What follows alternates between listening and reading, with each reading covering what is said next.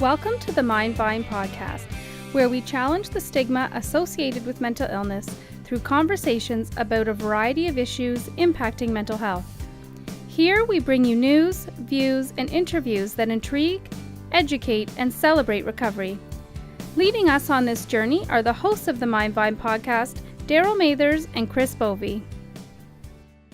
So welcome to the Mind Vine podcast. My name is Darryl Mathers, and I'm flying solo for this one as my co-host Chris Bovie is what we call away on assignment. He's unavailable today, so it's just me and my esteemed guest. On the podcast, since its inception, we've covered a variety of topics with a diverse collection of guests, ranging from musicians, psychiatrists, patients, and we even had an astronaut in the early stages of our podcast. And still, in mental health awareness, sharing a personal connection to mental health is still our most powerful tool to increase awareness and eliminate the stigma associated with mental health and mental illness. And that's why I'm really glad today to have a special guest to share her lived experience with mental illness. And it's National Mental Health Week, and this is our National Mental Health Week podcast. So I'm pleased to have Dani Stover. So just before we get into our little conversation, a little background on Dani. She was born in Pickering and a graduate of Seneca College's broadcast journalism program. She got her start as a radio intern on the Edge 102.1 in Toronto and worked as a content producer for the Dean Blundell show at the height of that show's run. I'm sure most of us are familiar with Dean Blundell in the Edge at some point in our lives. From there, she moved on to an honor position in Peterborough, working at the Wolf 101.5 as a morning show host for 5 years. She's now back in Toronto at one of my favorite stations. She's at, you can hear her on weekends at Indie 88.1 in Toronto and on Oldies 96.7 in Peterborough. So Dani's, one of the reasons that we were able to have Dani on the podcast is her bios are very detailed about her personal interests, and she's very passionate about hot yoga, comedy, and discussions on gender, feminism, and mental health, which is why we're here today. You can follow Dani on Twitter at Dani Gray. That's DANIGRAY. So I'm very pleased to welcome Dani. Thanks for having me. It's great to have you. I really am a little nervous having a radio personality on the podcast because usually it's people that are on here, they're out of their element, and I'm the one who's a little bit more experienced, so now the tables are kind of turned, but hopefully we'll get through this and have a good discussion. So we, in preparation for your appearance today, and really do appreciate you being on. And we talked a little bit about your personal connection to mental health, and I was wondering if you could start by sharing that. Well, it goes back probably 10 years or so to a point where I had no idea mental health was a thing. Of course, there was a lot of stigma at the time, and I had a personal, I would call it a tragedy. Someone in my family, my father, so going through this, I was in university at the time, so I was, I was confident, but also I was just in my own zone. And at the time, my dad was going through a lot of really hard times. In retrospect, I mean, hindsight's always 20/20, and you can see what things led up to it. But at the time, we were kind of blindsided. He was at a point where he just didn't want to do it anymore. And so at that point, death kind of seemed like a viable option for him. So we went through that as a family. Thankfully, he's full 180 at this point, but there was a point where mental health became a big part of our family conversation and a part of what we were dealing with. And mental illness is one of those things that doesn't discriminate. It doesn't care if you're a man or a woman. It doesn't care how much money you have, or the color of your skin, or your background, or if you have plans tonight. It doesn't care. So it was very shocking, and it turned our whole world upside down to think that the patriarch of our family, someone that we looked at as the strongest member of our little unit, could be suffering to a point that he felt there were no options. And so that was a big wake-up call for our family. And there were times where we kind of stuck our heads in the sand to try and deal with it. And there was a lot of issues around anger for me personally, but we came through it. And now mental health and the discussions around that have become a huge part of our lives. And moving forward, my dad's very vocal and very positive in how he's moved on. And he was working for Scotiabank at the time. They were very supportive in how they, helped him in his recovery. And me as well. Moving forward, I want to try and get rid of the stigma so that people like my dad and people like me and my sister and my mom and those who are part of our family, so that they don't have to kind of go through the struggles that we did. Or if they do, they know that other people have gone through it and come out the other side. So people are still, I mean, society in general is still coming to grips with mental health. And I mean, we've come a long way in the last 10 years, but like, around your personal family tragedy. But in the last 10 years of society, you've seen Bell Let's Talk, you've seen celebrities step forward and speak about their own struggles. You've seen a lot of attraction. But I still think people, they don't understand. Mm-hmm. So to use your example, your family's example, they might see it as your dad's illness. Mm-hmm. It was your dad's, it was your dad's dark moment. It was your dad's illness that brought him there. But the impact on the family is tremendous. Yeah. And even after that, that sentinel moment in your family's life, there's lots that you're dealing with. Is there not? Totally. And I think the stat is 1 in 5 Canadians will, struggle with mental illness in their lifetimes. 100% of us will deal with it in some capacity. So I think it's important to know to know the signs, know what to look for if you think somebody's struggling. And yeah, getting rid of the stigma, keep breaking it down so that if we are having trouble, there's no problem going to somebody that you work with or going to a student or a colleague or something like that to talk about it, to open it up and blow the stigma out of the water, because it's really unfortunate. It holds a lot of people back, and there is still a lot of work to be done.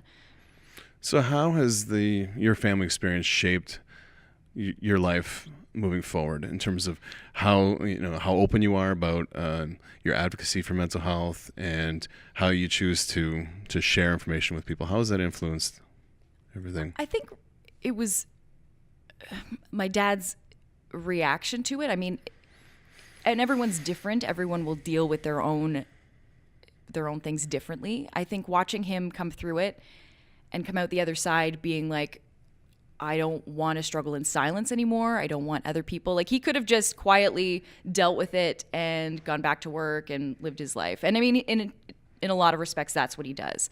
But within our family, he kept us in on the process of it. So he went through, he took a year off work and he went to doctors and he found a therapist that worked for him, and he found the medication that worked for him and the lifestyle that seemed to work for him. So I think keeping us in the loop of that and keeping us, even just when it happened, thinking like, oh, we have this muscle, we have this thing that nobody talks about. We go to the gym all the time. We try to eat right to, feel good about ourselves. We often don't think about our mind as something that we need to work out and exercise and give attention to. So I think it really opened up my mind to, oh, there's this part of us that needs attention. No one's giving it attention. And when they do, it's often to the negative. So I think watching my dad come through that and kind of put a positive spin on it, like, I'm getting help, I'm feeling better, I want to get up and I want to do things, and seeing him come through that and being a more positive person was helpful. I think he took it on as like, I'm not shameful of this. I want to share my story, and I want other people to know what I've gone through and know that you can go through something like this. And the power of, oh yeah, me too, is massive when you're talking about mental health. So all the people that, even for me, like, oh, I'm dealing with this with my family. Oh my gosh, me too. I never thought I could talk about it. Like those kinds of stories, it's like an echo chamber. When you open up about your own family's experience with mental illness to other people, maybe for the first time, is the reaction very similar every time? Are people always coming to you and opening up themselves? Yes and no. I mean, I think I'm a little bit hesitant to share my dad's story all the time because it's his story. And so when I do kind of talk about my own mental illnesses and my struggles with that, I do most of the time, I would say 90% of the time, I get a very positive reaction. I get a lot of people being like, oh, well, I've dealt with anxiety, or I've dealt with, sleepless nights, or, I went through a really dark time, or I had a friend. So people are pretty open. And I find if you kind of open the door a little bit, people will walk in.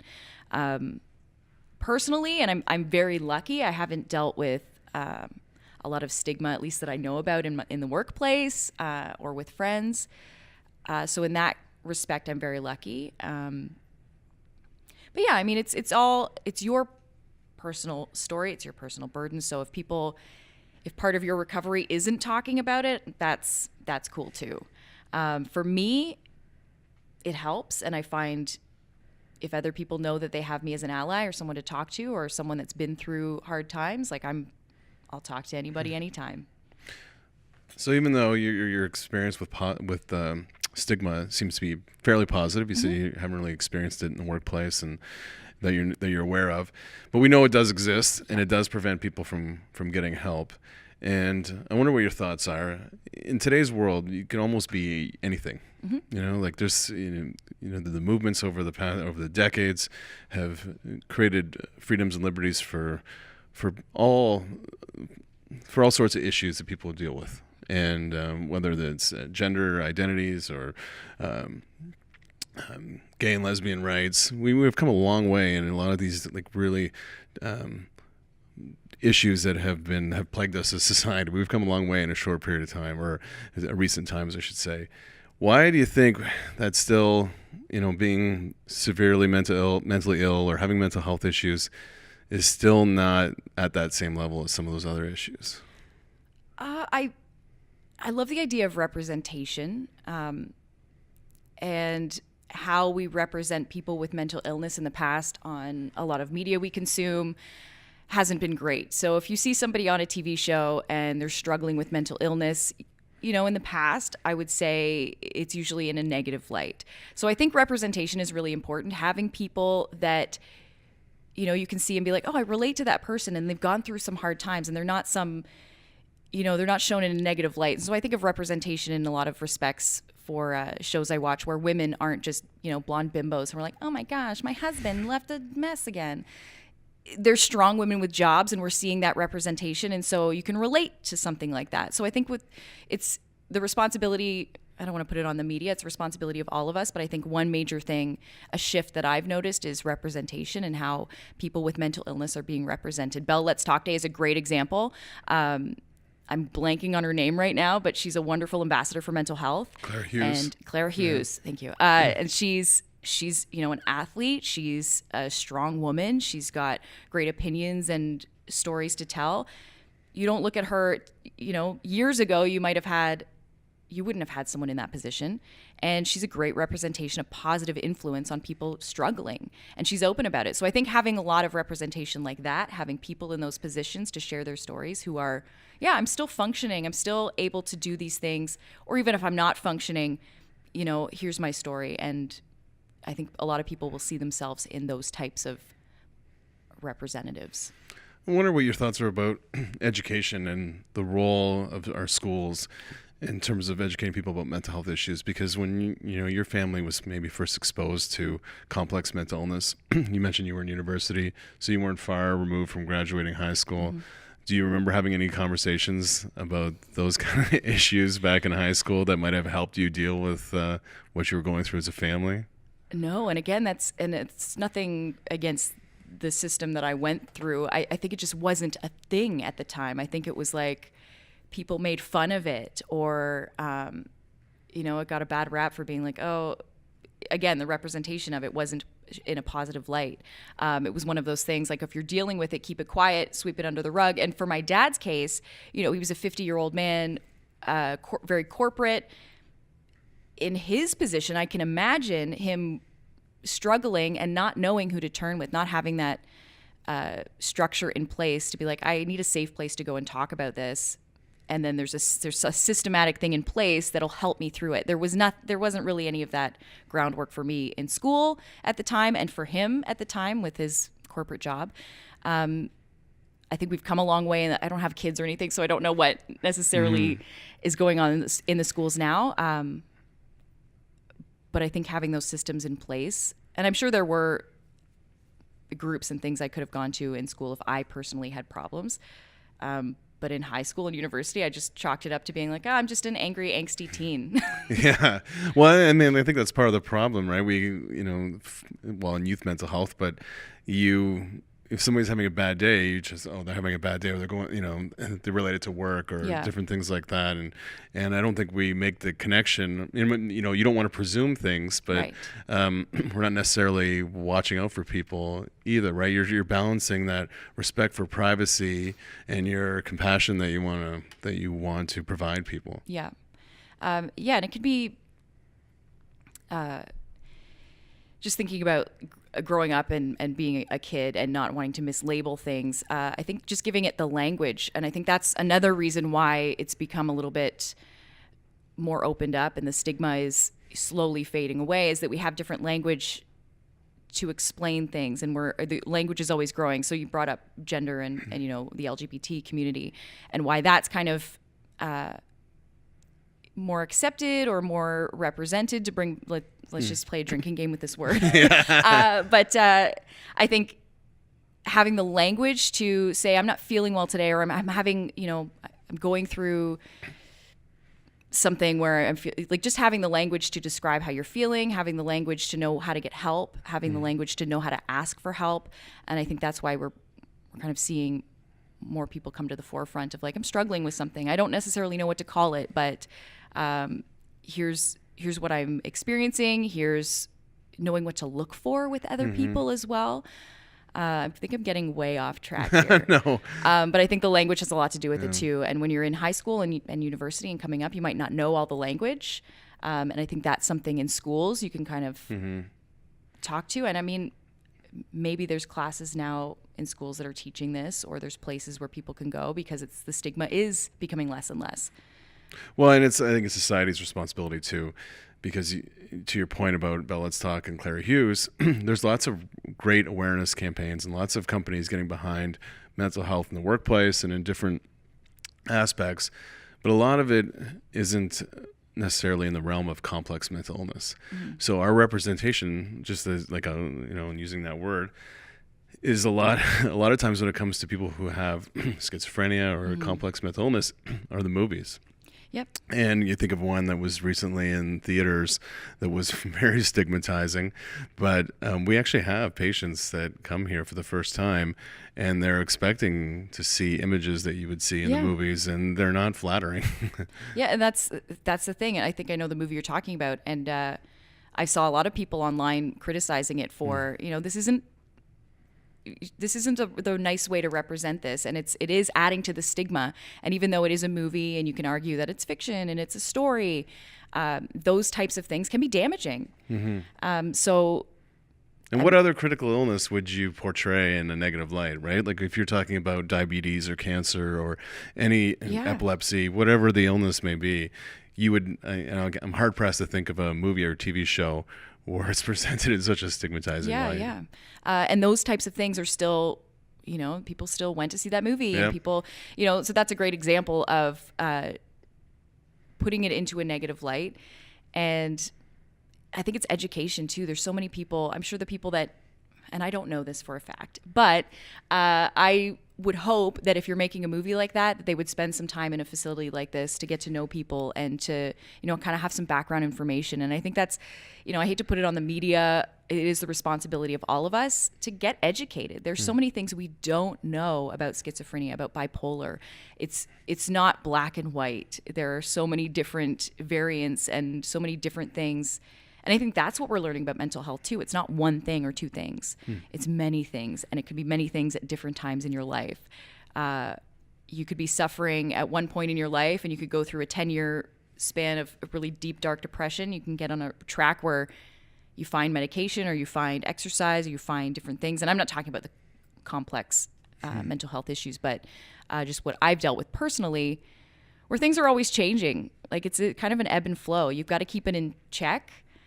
But the more you know, the more you're able to understand, and kind of that helps you get through things. So education is key too. And the more we can educate people and develop that empathy, then movies like the one we're referring to and TV shows, they won't make money. Yep. I think what the problem is that, there are a large percentage of people out there that might see something like that and say, not for me, and might view it as stigmatizing or offensive.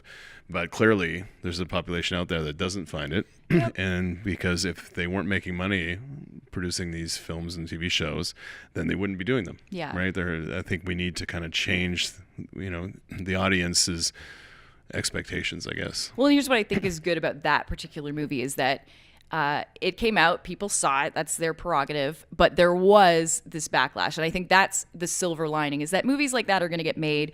There is going to be, there's still going to be dumb movies where women are represented as floozies or where, like there'll be weird racial representation, things like that. We are coming to a place where that's less and less.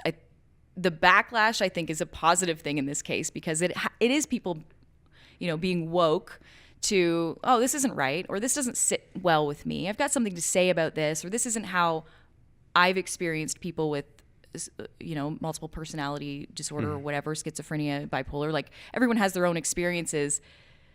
So I think the positive is that there was a backlash and people saying, wait a minute, this isn't cool. Yeah, at least there was a conversation. Yeah, right? exactly. And that is all we can really do, is keep driving that conversation. If these things are going to get made, I'm glad that there's a group of people that, will raise their hand and be like, well, I'm not going to see it. And here's why. And maybe they'll affect 10 people, and then maybe they'll affect 10 people. And maybe one day they won't be sitting on such a huge pile of money. Yeah.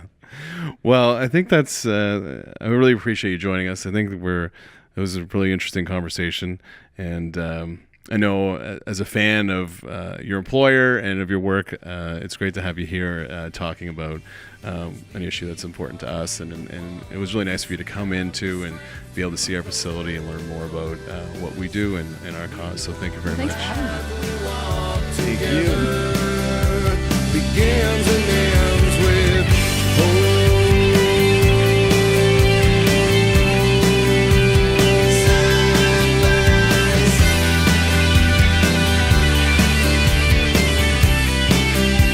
Begins and ends.